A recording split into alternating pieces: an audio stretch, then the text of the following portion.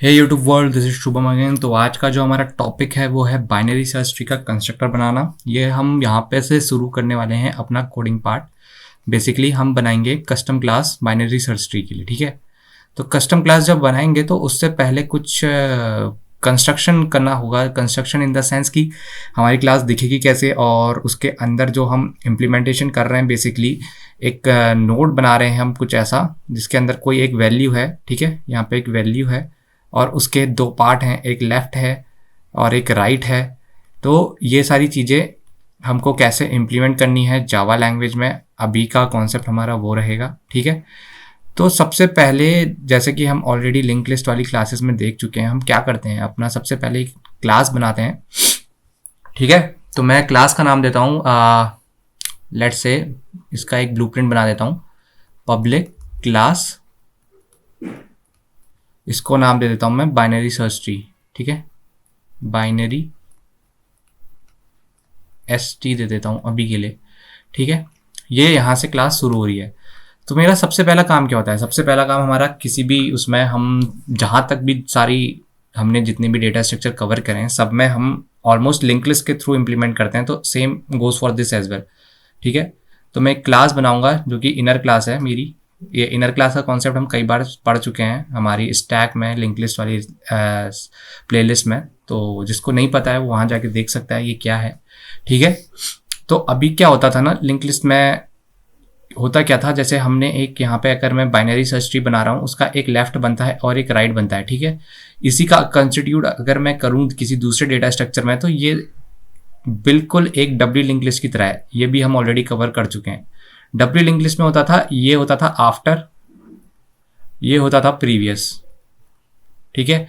यहाँ ये क्या होता है, ये जो आफ्टर है वो यहाँ पे हो जाएगा राइट, ठीक है, और प्रीवियस हो जाएगा यहाँ पे लेफ्ट।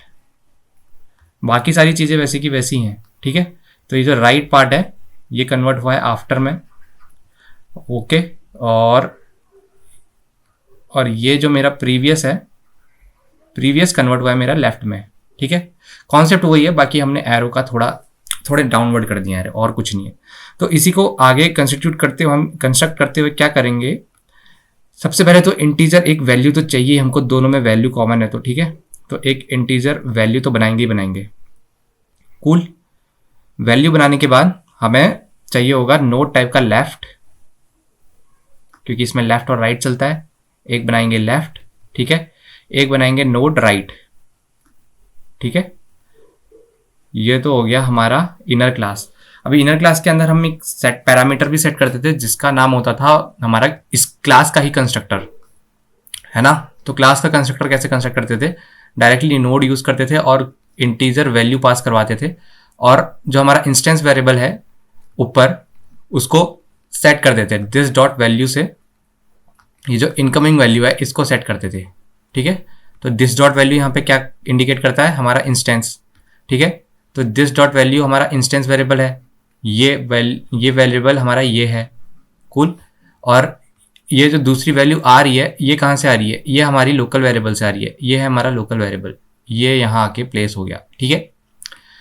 तो ये तो इसका कंस्ट्रक्टर कंप्लीट हुआ, ठीक है। इनर क्लास का कॉन्सेप्ट तो खत्म हो गया।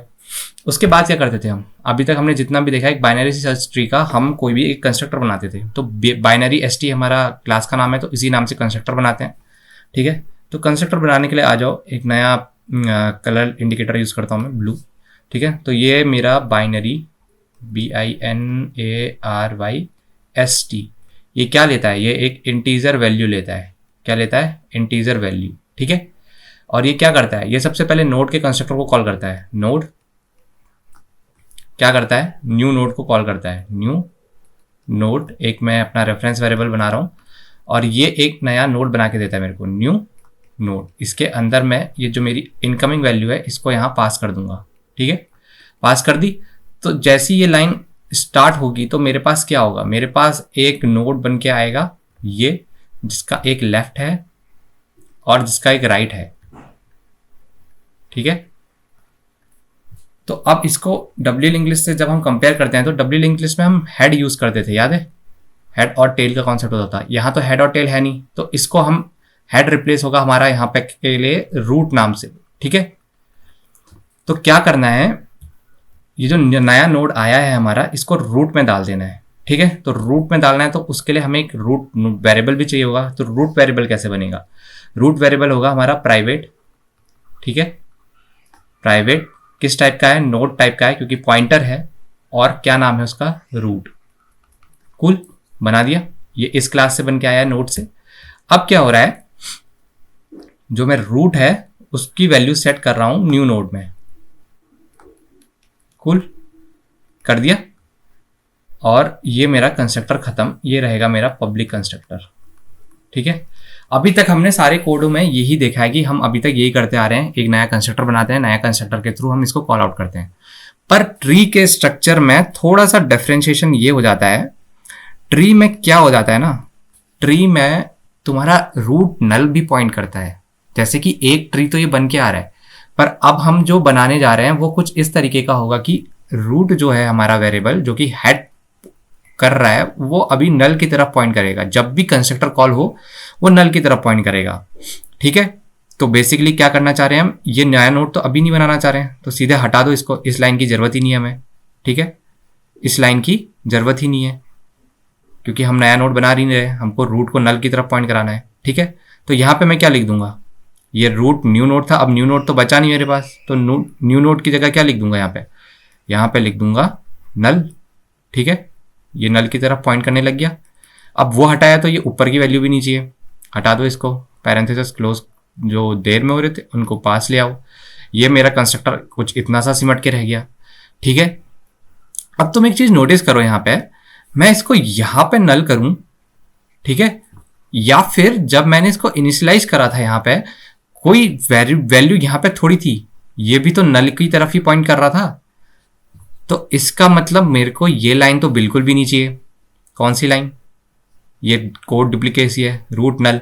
अब इस कंस्ट्रक्टर के अंदर कुछ बचा है, कुछ भी नहीं बचा है ना, कंस्ट्रक्टर ही रिमूव कर दो, कंस्ट्रक्टर की नीड ही नहीं है।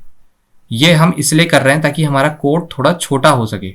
ठीक है, क्योंकि ट्री के टाइम पे जब हम ये करते हैं तो थोड़ा लेंदी प्रोसेस जाता है। तो हमारा कोड कितना बचा, हमारा कोड इतना सा ही बचा। हुआ क्या, हमने एक ट्री डेटा स्ट्रक्चर बनाया, ठीक है, और एक रूट बनाया। जैसे ही हमने इसका, अगर तुम कंस्ट्रक्टर नहीं बनाओगे, एक डिफॉल्ट कंस्ट्रक्टर तुम्हें बना के देगा कंपाइलर, तो वो रूट जब भी बनेगा वो नल की तरफ ही पॉइंट करेगा। और जब हमें इसमें वैल्यू डालनी होगी ना, तो हम एक मेथड बनाएंगे, इंसर्ट मेथड। जब भी कोई वैल्यू डालनी होगी तो इंसर्ट मेथड के थ्रू हम उस वैल्यू को डालेंगे, सिर्फ इंसर्ट मेथड के थ्रू। ठीक है, तो ये जो पॉइंट है ये नोट करने वाला पॉइंट है यहाँ पे। तो हमने क्या करा, हमने अपना कोड सिंपल कर दिया। हमारा जो रूट है अभी वो इस तरीके की किसी एक पर्टिकुलर नोड की तरफ न जाते हुए क्या कर रहा है, वो नल की तरफ पॉइंट कर रहा है। कुछ नहीं बना वहां पे, ना लेफ्ट बना ना राइट बना। जैसे ही हमने बाइनरी सर्च ट्री का कंस्ट्रक्टर डिफॉल्ट कंस्ट्रक्टर कॉल करा, हमको एक रूट मिला जो कि नल की तरफ पॉइंट कर रहा है। ठीक है, और जितनी भी वैल्यू हमें इस ट्री में अब ऐड करनी है वो सारा इंसर्ट मेथड के थ्रू हम ऐड करने वाले हैं। ठीक है, तो अगली वीडियो में मैं इसका पूरा कोड तुम्हें दे दूंगा।